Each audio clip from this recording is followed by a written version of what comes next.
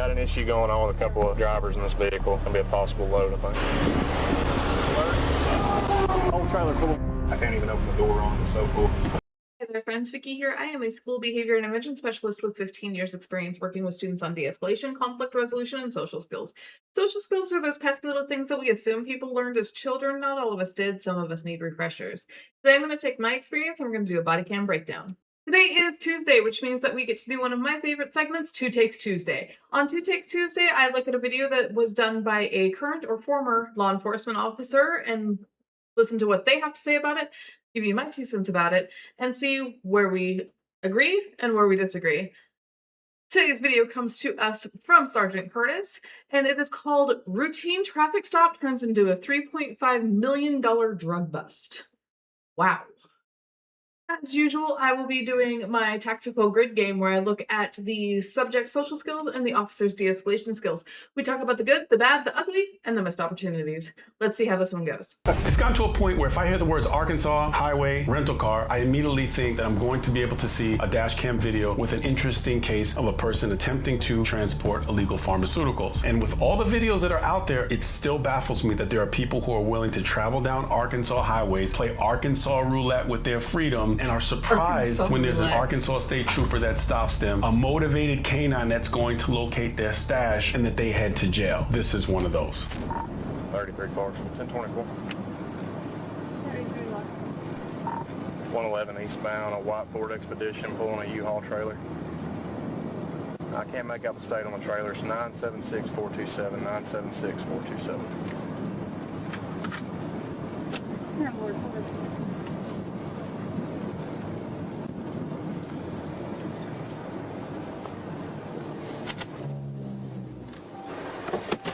Missouri time.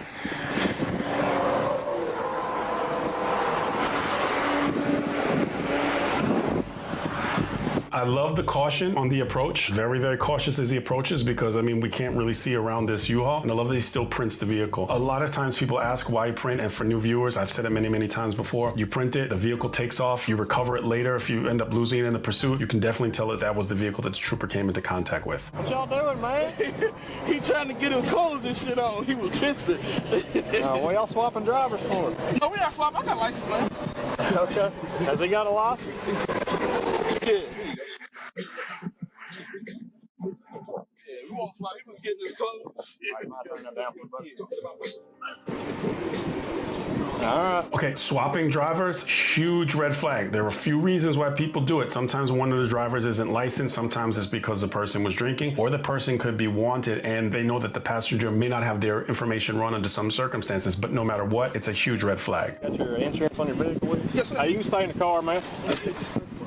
Hey, stay in the car for right now, okay? I'm not gonna get up. Okay. You got any weapons in the car with you? Hell no. No weapons in there? All right, man. You good? Yeah, I was comfortable. It looked like y'all spotting in the middle row when I walked up here. No, he was down there pissing. I got you. You got an ID on you, man? You got an ID on you? Yeah. The rental agreement is? Okay. No, we ain't going. Yeah, it looked like it. Nah. Who was driving? Him? Yeah. Okay. All right, buddy. I'll say stay back here for a second. I'm going to run y'all's ID and stuff. Won't be a ticket today. First off, the whole reason I'm stopping you, y'all were in the left-hand lane when you went by us for passing on me. You're going about the same speed as that semi. Yeah. And you got over on the center line and on the shoulder and stuff. Just want to make sure y'all ain't drinking and driving. Oh, no, hell no. All right, you come on back here, brother. There won't be no ticket or nothing. It's all good.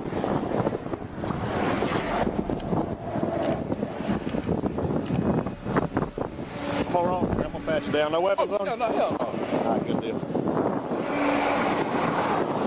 Where y'all headed to? Home. Where's that?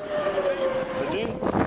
Okay, some things I want to talk about. And I've mentioned this before. Walking in front of a subject with your back to them, not the best practice. Best practice is always have people walk in front of you. In fact, I've covered it in a video where I reviewed myself when I was on the cop show where I walked in front of someone. Not the best practice, especially if it's a person that has not been patted down. And I don't believe that this person was patted down, although there was time that they were behind the U-Haul. It's possible, but again, pat down, best practice. And it looks like he did a cursory pat down, but the pat down must be methodical. Do it the same way every time to make sure that every single area that weapon can be concealed is covered. Hey, you close the door. Oh, shit. Yeah, close the door. I'm going to touch on that a little bit from more of a behavior standpoint as well. Human behavior, we do what we practice, which is why officers train so much, all of that. So if you practice not making sure that you're truly patting people down the way that they should be, if that's what you practice, that's what you do. So if you're there and you're with your fellow officers and you're in a training and you're like, this is an officer, I know he doesn't have anything, and it's, you know, and you do a pat down that's not a true pat down, that's what you're practicing, that's what you're going to do.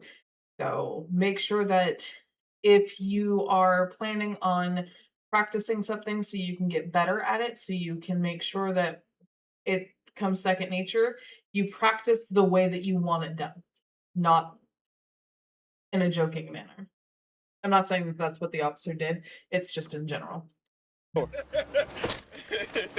Where y'all coming from? Oh, we just helped this sister move. Oh, okay. Yeah, from Arkansas. Where's she move at? Or where's she moving from? Arkansas. She's going back to VA. Okay. What part of Arkansas? I forgot what part we was in. To be honest. I got you. God damn, y'all get to ride with AR-15 ops? God. State police, man. So since we're not seeing anything really except the back of the U-Haul, I just want to talk about the configuration. Normally what I've seen in these videos is that the trooper gets back in the driver's seat and that the person that they're talking to is at the passenger window, leaning inside the window, looking at the trooper. Sometimes I've seen them turn their camera over to the person, which is really interesting to watch because you can learn a lot from just the psychology of interacting with people and listening and watching the responses. So I just want to kind of set up what I believe the configuration is of the trooper on his computer looking at the information and the subject here. You good? You good? You breathing real hard? Hell no. You good? Making sure you're fine, man. Okay, just making sure you're good. Hot out here, shit. That it is, man. That it is. How did y'all get up here? Did y'all drive from? Yeah, we drove over here. Where from? Virginia? Oh, from Virginia? Yeah, Virginia. Okay. Hey, where did y'all rent that at? He got the rental car for the truck from up there. Where did he get it from? California. Oh, I thought you said you were coming from Arkansas. No, we got the rental from there, the truck. Why'd you get the rental from LA if you're... Because that's where we was at first. We flew to LA and we came to Arkansas. Oh, okay. Yeah. I got you. I got you. Either one of y'all ever been arrested for anything? Hell no. Okay. If you'll just hang it right here, I'm going to roll that window up. I'm going to go... All right, cool. I'll be right back. Okay, all the things that we heard. The travel route was a little bit peculiar from what they were saying. The story was just a little bit strange. Are any of those things illegal? No. But when you put all these things together, and the trooper also mentions the nervousness. Well, people are going to be nervous when they get pulled over. But extreme nervousness is something that you can actually mention in your report, and you should, and the courts will look at that. So once you start to put together this puzzle, these are the things that build your suspicion as to whether this is investigation into transportation of illegal pharmaceuticals. J33 dispatch. J33, go ahead. Can you get a county unit started my way, please? 111 eastbound. 10-4, county unit, did you copy direct? 14 dispatch, I copy. I'll be 96 from Austin. Is there anybody closer than that? A lot closer than we are. I'm sorry, Timmy, I couldn't copy. I think I ran you over. This is advice from dispatch. This probably shouldn't speak that you're way over. Danger county line right now. Got an issue going on with a couple of drivers in this vehicle. It's going to be a possible load, I think. 10-4, we got one deputy headed towards you. J33 dispatch, is 105 out? 10-4, I believe it's in route. Can you have him start my way, please? 111 eastbound. Yes, sir, he's en route to you. 10-4, thank you. I like this in this interesting sequence. The trooper tells the subject that he's going to roll up his window. He rolls up his window, and then he conducts his radio traffic so that the guy can't hear what he's saying. And this is where he's letting them know that I want another unit. I'm going to do a search. I likely have a load. You don't want to let people know these types of things because then they have an opportunity to prepare whatever it is that they might potentially want to do. Hold your cards close to your chest under those circumstances. I think they were trying to swap drivers on me in this vehicle. I've got a K9 en route to me. I'm going to be out of the car with him for just a little bit, standing by. I'm going to take this moment really quick to do a little bit of our tactical grid. So far, I am agreeing with everything Sergeant Curtis is saying about the tactics of what's going on. Sergeant Curtis is an incredible trove of information when it comes to officer tactics and officer safety.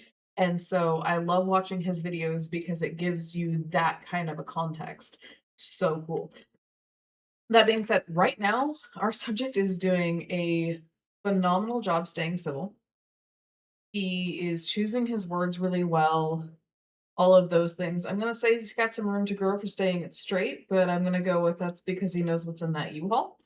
And like Sergeant Curtis said, it's very peculiar the route he said he took, which makes me think that the story of this friend's sister moving definitely isn't even close to what was actually going on.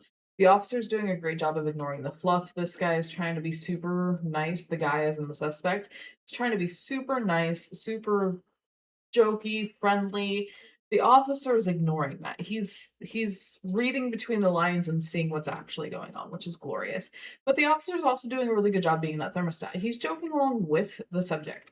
So you can kind of understand and what the officer's doing as you're watching the video, that the officer's ignoring that fluff, but he's making that subject feel like he's not, which is then kind of minimizing the situation at the same time. De-escalation is similar in a lot of ways, social skills, where as you use one, you can compound others on top of it.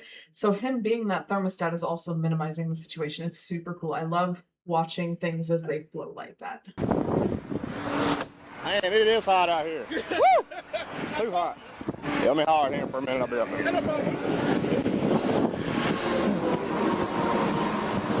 Hey, man, they give y'all registration for the car? Other than just rental agreement? Yeah, you can grab it. Yeah, go ahead. Where y'all coming from? Renting from California. Okay. What y'all doing all the way out there? That's all that we have. Okay. There's no hard registration. Okay. But I guess that's what they give you for that. Okay. Yeah, man, I'm just gonna have you hang out right over here in the grass for me, okay? We'll just shut the door. No weapons on your neck. You just hang out right over here for me, okay? Yeah, it is hot, man. I'm sorry about that. Y'all have anything illegal in the car at all? Anything illegal in the car at all? Can I take a look in it? Can I take a look in it? In the car. Okay. What about in the trailer? I only have the keys. You don't have the keys to the trailer? Where's the key at? Okay. All right. Stand by.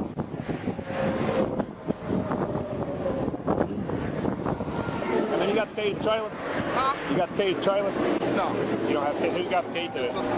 His sister? She can give y'all a key to it? Yeah. Hey, man. You gonna hang out in shade? You gonna hang out in shade? I said you gonna hang out in shade? Okay. Hey, y'all just hang out right there. I'm gonna run y'all's license real quick, okay? I like that he had them separated to see if their stories match. Very good stuff. And conflicting stories is another piece of the puzzle that you can put together. 10-4. They gave me consent to search the vehicle, denied consent on this little U-Haul trailer that's behind it. So, conflicting stories. If you want to get them out and run them when you get here, there's going to be a load in this trailer. That's 109. 33 cars. So 250. I love how confident this officer is. There's going to be a load in this trailer. There might be. No, there's going to be. I love the confidence. 54 checks when you're ready. 10-4. First one's going to be a black male out of North Carolina. Last name is first name, date of birth. 33 cars. So K9's 97. I'll be out of the car. Here's Manchester City unit. 10-4. Their stories are so bad, messed up, it ain't even funny. But they flew to LA, rented the vehicle. They said they're moving the dude's sister back or something, but you can tell there's not, the expedition's not squatting. It's probably gonna be high grade. Oh man, I'm letting my partner run his K9 around the trailer real quick, make sure there ain't nothing bad in there or anything. Y'all just hang out where you're at, okay? Don't get up and try to run or nothing, because that dog will chase you, all right? Y'all just chill where you at. I'm just letting you know. They don't have a key to the lock, so.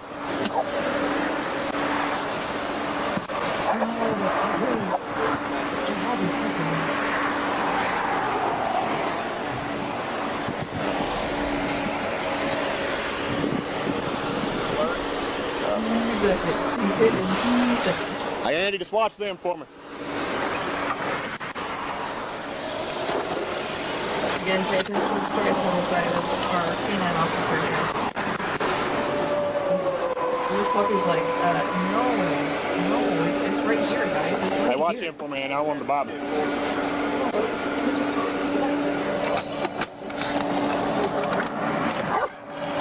I can't We can't open it. See what I thought. See what it smells. You got any better bolt cutters? Okay, so that was quick and that was very interesting to see because I mentioned this before, a profound alert. U.S. versus Tuton, T-U-T-O-N. Basically, a trooper testified that this is something that a layman would notice. The change in behavior of the dog, a layman would see it and say, okay, there was a definite change in behavior in the dog. We get a profound alert. So now how do the suspects act after they also notice that the dog alerted onto the back of that vehicle? Can you see if you can get a hold of somebody with a heavy-duty set of bolt cutters to cut this lock off this trailer? I've got some regular size ones, but it's a pretty big lock. It's not working. We got a positive alert from the K9 on it.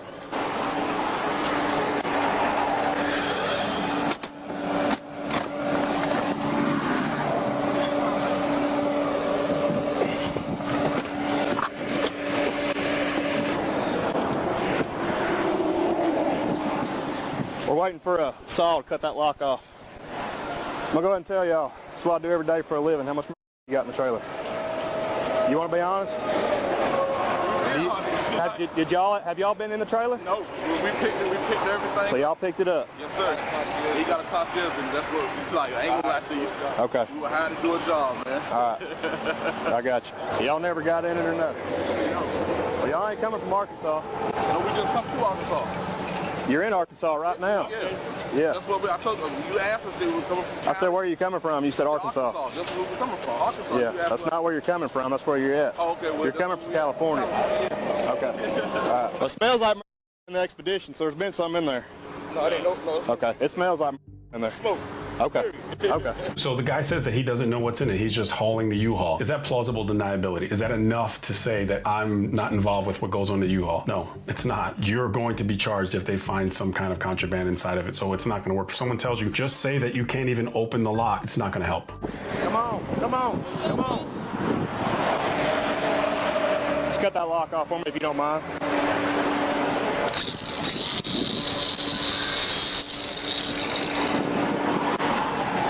Sir.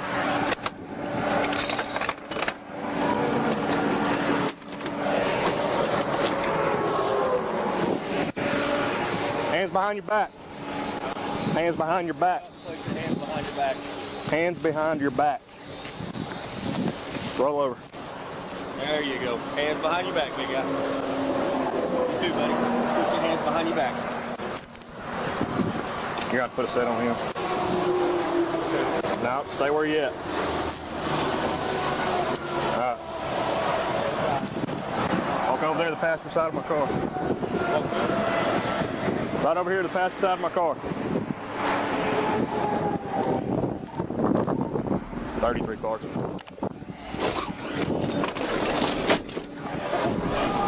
Whole trailer full of. Damn. Whole trailer full. Let me have the boss come out and haul. I'll get 33 cars. Well, I'm 15 times 2. That whole trailer's packed.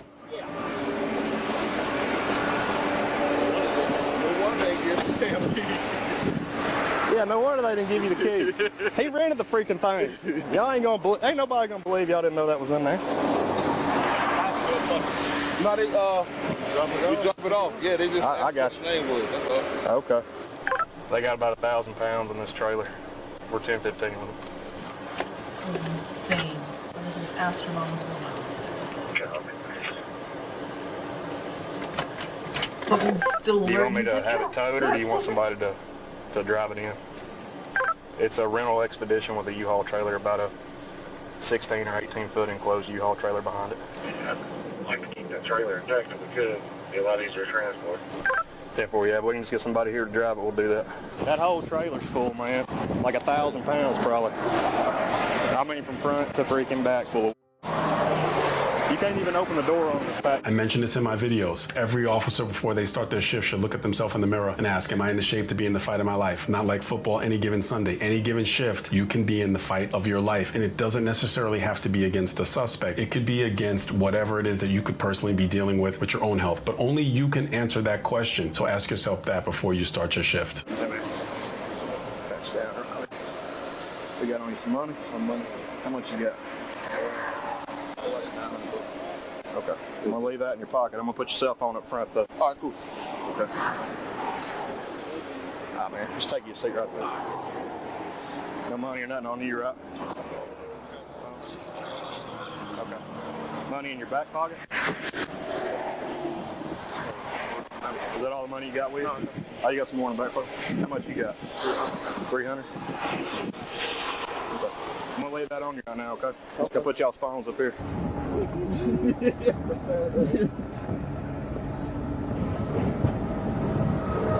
Let me get your glasses.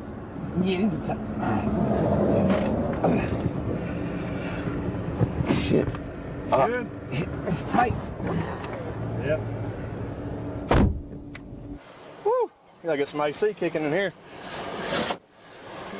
You getting some air? Yeah. Man, I don't have AC in the back. All I got is these 4 vents. If I could throw some back there at you, I would, because I know it's hot. Hey, what you doing? I'm out with a load right now. 16 or 18-foot U-Haul trailer, completely packed full of from front to back. I can't even open the door on it. It's so full. Yeah. I got somebody here to drive it right now. We'll take it to the sheriff's office. I don't want to unload it here because I don't know if we'll be able to close the door back on the side of the interstate, you know. I got somebody pulling up to drive it right now, and then I'll give Dennis a call in about 20 minutes when we get it open.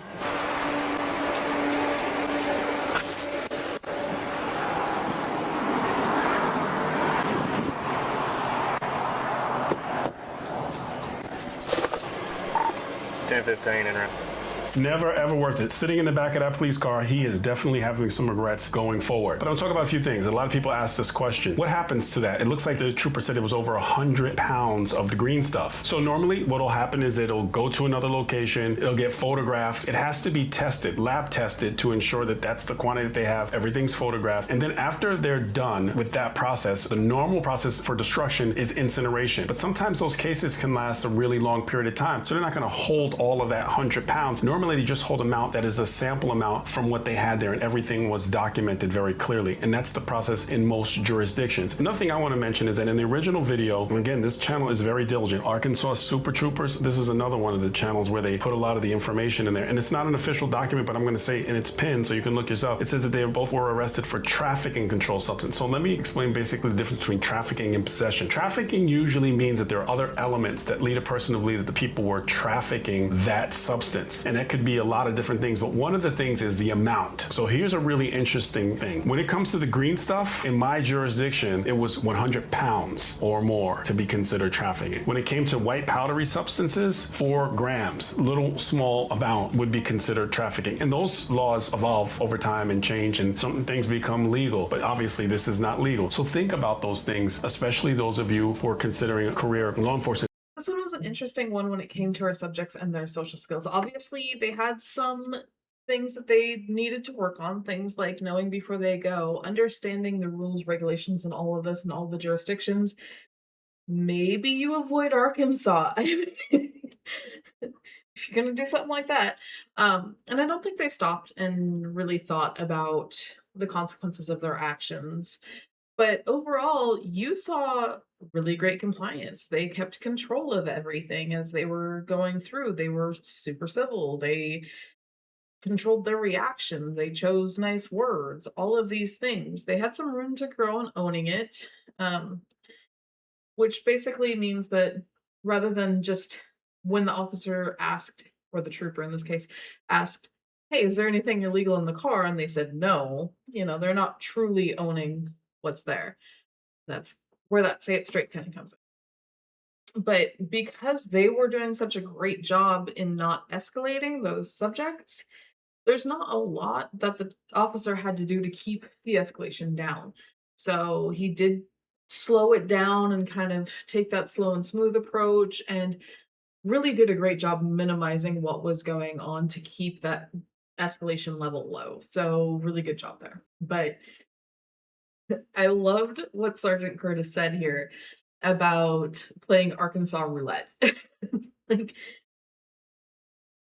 the troopers in Arkansas, they don't mess around. They know their stuff. They know what they're doing. And so the videos that we get from Arkansas are always really awesome. The troopers do excellent jobs both in de-escalation as well as just maintaining control of a situation when it calls for it, along with what Sergeant Curtis can talk about more, which is the tactics of the situation. So Arkansas State Troopers, they've got it going on. If you're going to make the choice to traffic an illicit substance, you probably really want to stop and think before you do that. Is the consequence worth, like, is the potential consequence worth whatever you could get out of it? Because I don't know the street value of 1,000 pounds of the leafy green substance out there. It also would depend on which state they go to, I'm sure. I don't know the street value of that. I don't know how much they made for driving it across the country. But is that amount actually worth the time that you are going to or potentially going to spend behind bars for trafficking this substance? So keep that in mind out there. Whether you live in a state where the substance is legal or if you live in a state where it's illegal, your thought processes on whether or not it should be legal are all irrelevant. If you're driving through a state where the substance that you're transporting is illegal, you always run the risk of getting caught. So know before you go and stop and think. Let me know what you guys thought. What did you think of the subjects? What did you think of the officers? What did you think of what Sergeant Curtis was saying? What did you think of what I was saying? Leave me a like, comment, subscribe below. I'll see you all in the next one. Bye, friends.